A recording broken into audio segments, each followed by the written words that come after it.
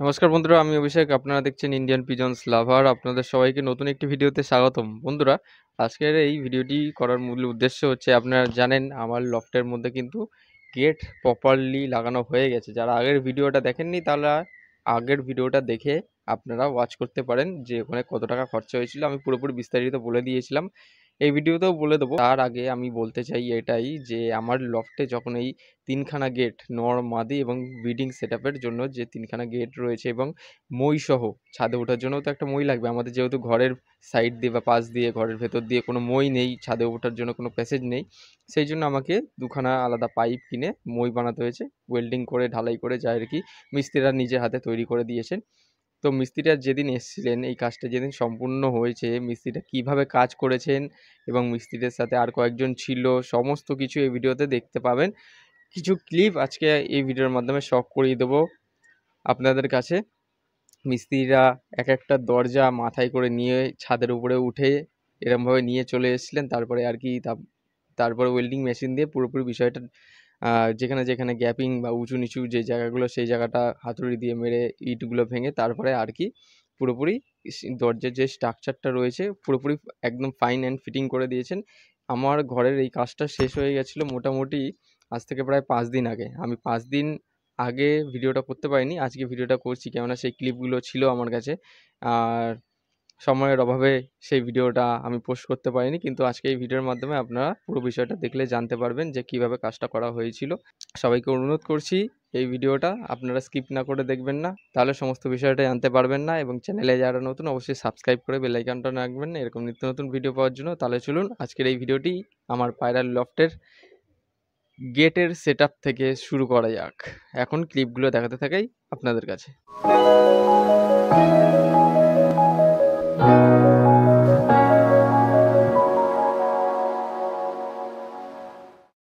বন্ধুরা, আজকে ফাইনালি মিস্ত্রিরা চলে এসেছেন গেট নিয়ে। এখন গেট লাগানো হবে।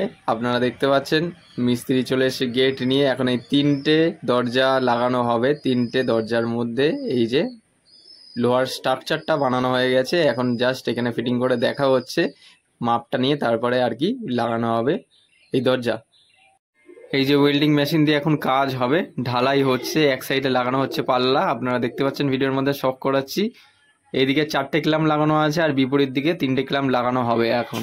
এই যে দেখুন ওয়েল্ডিং মেশিন দিয়ে এখন এই যে ঢালাই করা হচ্ছে, ক্ল্যাম্পের সাথে দরজা ফিটিং করা হচ্ছে। খুব সুন্দরভাবে কাজ করছেন মিস্ত্রিরা, আপনারা দেখতে পাচ্ছেন ভিডিওর মাধ্যমে শক করাচ্ছি। এখানে দেখুন এখন ড্রিল করা হচ্ছে, একটা ঘরের কাজ সম্পূর্ণ হয়ে গেছে। এখন নরের ঘরটায় এই যে গ্রিল করা হচ্ছে, ক্লামগুলো ঢোকানো হবে, তারপরে এই দরজাটা ফিটিং করা হবে। দেখতে পাচ্ছেন আপনারা যখন দরজা লাগানোর সময়, এখন দরজা লাগানো হচ্ছে। আপনারা ভিডিওর মাধ্যমে দেখুন, খুব সাউন্ড হচ্ছে, সেই জন্য আর কি সাউন্ডটা আমি কমিয়ে দিয়েছি। আপনারা ভিডিওর মাধ্যমে দেখুন, শখ করুন। এই যে এরকম গর্ত করে তারপরে ক্লাম ঢোকানো হবে। আর এখানে দেখতে পাচ্ছেন একটা পুরোপুরি পরিপূর্ণ দরজা খুব সুন্দরভাবে ফিটিং করে দিয়েছেন, খুবই সুন্দর লাগছে দেখতে। দেখুন এখন ওয়াও, কেমন লাগছে আপনারা বলবেন অবশ্যই কমেন্ট করে। এই যে দেখুন এরকমভাবে মিস্ত্রিরা মাথায় দরজাগুলো নিয়ে উঠেছেন, এরকম লোহার বড় বড় যে দরজাগুলো হয়, ভারী ভারী জিনিসগুলো। দেখুন কি রিক্সের কাজ এগুলো, ইনারাই পারবেন একমাত্র এই সমস্ত কাজ করতে। মিস্ত্রিরা দেখুন ঘাম ছুটে যাবে, নর্মাল লোকেরা পারবে না এই সমস্ত কাজ। আর এখানে দরজা লাগানো হয়ে গেছে, 2টো দরজা পরিপূর্ণভাবে লাগানো শেষ। আরেকটা দরজা লাগালে পুরোপুরি লফটের কাজ শেষ। এখানে দেখুন এই যে মইটা দেখছেন, মইটার নিচে যে পাত্তিগুলো দিয়ে, ওই পাত্তিগুলো দিয়ে এখন ঢালাই করা হচ্ছে যাতে মইয়ের নিচগুলো জং না ধরে যায় কোনো মতে। এ হচ্ছে ঘটনা। তো বন্ধুরা, পুরো বিষয়টা আপনারা দেখলেন যে কিভাবে কাজ করা হয়েছিল, কত মানে রিস্ক নিয়ে। আমি তো ভেবেছিলাম যে মিস্ত্রিরা এত ভারী ভারী দরজাগুলো কিভাবে তুলতে পারবে। যখন আমি দেখলাম নিজে একা একা একদম আরামসে রিল্যাক্সে, দুজন মিস্ত্রি আপনারা দেখলেন দুজনেই সমানভাবে কাজ করেছেন এবং খুব সুন্দরভাবে দরজাটা ফিটিং করে দিয়ে গেছেন। আমার তো বেসিক্যালি খুবই পছন্দ হয়েছে এই যে দরজার যে ফিটিং করার ব্যবস্থা বা লক সিস্টেমগুলো এবং নেট সিস্টেমগুলো। আপনারা অনেকেই আগের ভিডিওতে আপনারা কমেন্ট করেছিলেন যে দাদা মশা যাতে ঘরের ভেতরে না ঢোকে সেরকম একটা ব্যবস্থা করুন। সমস্ত কিছু ব্যবস্থা করা আছে, কোনো টেনশন নেই, সব কিছু প্রিপারেশন করে রেখেছি। পায়রাদের যে কোনো পরিস্থিতিতে আমি দেখাশোনা করতে একদম পুরোপুরি রেডি রয়েছি। ঠিক আছে? যে সমস্ত রকম দিক থেকে। হয়তো বিভিন্ন রকম কাজের মধ্যেও থাকি। কিন্তু কাজের মধ্যে থেকেও না কেমন একটা মনে হয় যে পায়রাগুলো বাড়িতে রয়েছে, কিভাবে রয়েছে টেনশনের মধ্যে থাকতে হয়। সবসময় তো আর বাড়ির লোকজন তো দেখাশোনা করতে পারবে না। তাদের নিজস্ব পার্সোনাল কাজ রয়েছে, আমারও নিজেরও কাজ থাকে। যখন কাজের মধ্যে থাকতাম তখন পায়রাগুলো এই যে ঘর যখন দরজা লাগানো হয়নি তখন পায়রাগুলো বাইরে চলে আসতো, বৃষ্টির মধ্যে ভিজতো। এখন বর্তমানে সেই প্রবলেমটা হচ্ছে না। একদিকে আমি সেফ হয়ে গেছে যে বৃষ্টি হলে ঘরের ভেতরেই থাকছে, আটকা থাকছে। এখন আর পায়রাগুলো বাইরে বেরিয়ে আসতে পারছে না।